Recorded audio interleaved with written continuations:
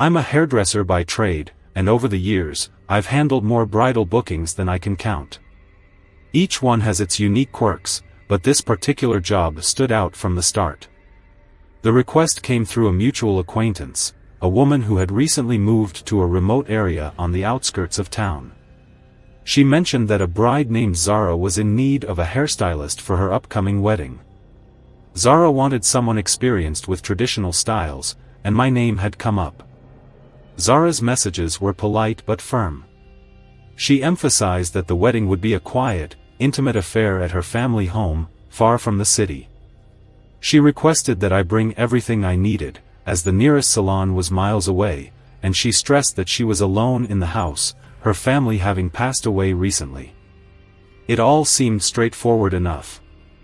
A bit out of the way, sure, but I was used to long drives for my work. So, I packed up my kit with all the essentials, combs, brushes, pins, sprays, and set off early in the morning, making the hour-long drive out to the address she'd provided. The route took me through winding country roads, dense with tall, shadowy trees, until I finally arrived at the house. The house was old, Victorian style, with chipped paint and a sagging porch. It stood isolated, surrounded by thick woods that seemed to swallow up the daylight.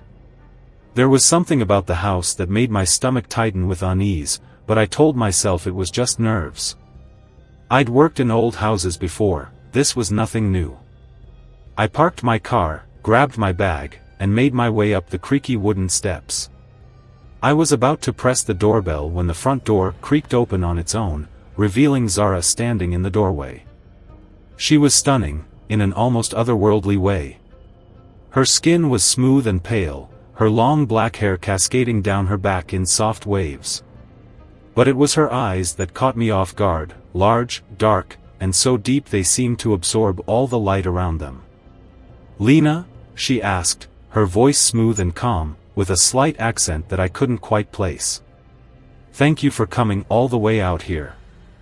"Of course," I replied, offering a smile as I tried to ignore the strange unease creeping over me. "Congratulations on your wedding. You must be excited." Zara smiled, but it didn't quite reach her eyes. "Yes, very much. Please, come in. We can get started in the parlor." I stepped inside, and the door closed softly behind me, though I hadn't touched it. The interior of the house was dimly lit, with heavy curtains drawn over the windows, blocking out most of the daylight. The air inside was heavy, with a faint metallic scent that made me pause for a moment. The house was eerily quiet.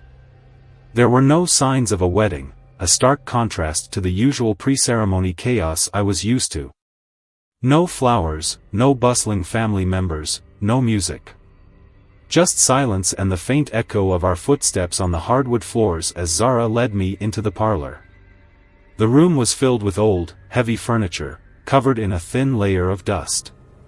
A large, ornate mirror hung on the wall, and Zara sat down in front of it, her back straight and her hands folded neatly in her lap.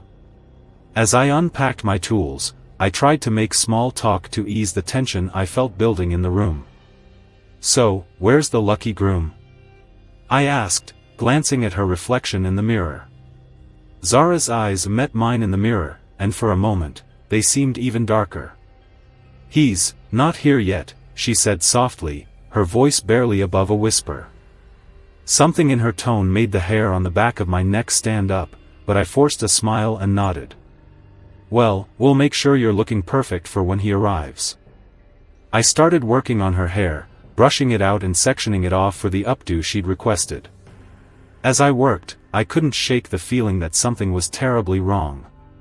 The silence of the house, the way Zara watched me in the mirror without blinking, the heavy, almost oppressive atmosphere, it all felt off, like a scene from a bad dream.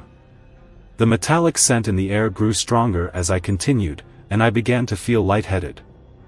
I glanced around the room, trying to find the source of the smell, but everything looked normal, just old furniture and dusty knickknacks. "Is everything all right?"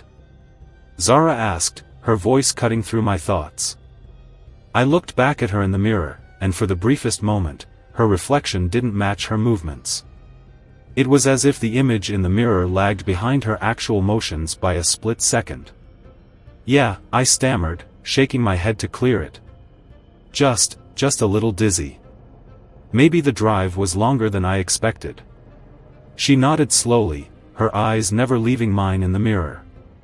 "You should sit down for a moment."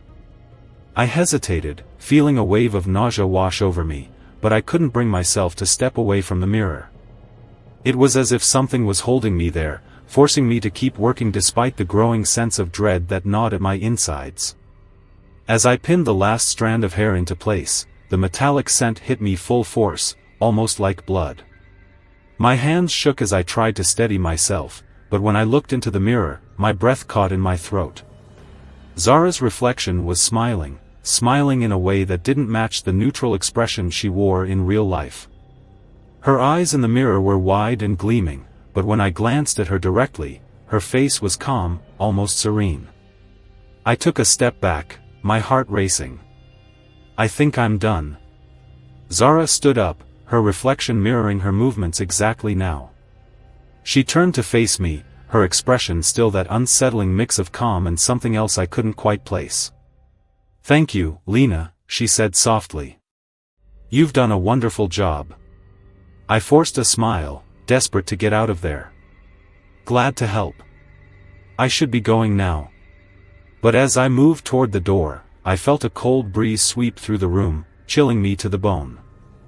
I turned to see the mirror again, and this time, Zara's reflection was staring directly at me, her eyes wide and dark, filled with something I can only describe as hunger. The real Zara stood there, silent and still, as if waiting for something. The room seemed to close in on me, the walls pressing tighter and tighter until I could barely breathe. I stumbled backward, my hand fumbling for the doorknob. As I yanked the door open, I heard Zara's voice, soft and haunting, echo through the room. "I'll see you again soon, Lena." I didn't look back. I ran out of the house, my heart pounding in my chest, and didn't stop until I reached my car. The old house loomed behind me, its dark windows watching as I sped away, the bride's final words lingering in the back of my mind. Even now, I can't shake the feeling that something followed me from that house, something that waits just out of sight, watching and waiting for the right moment to strike.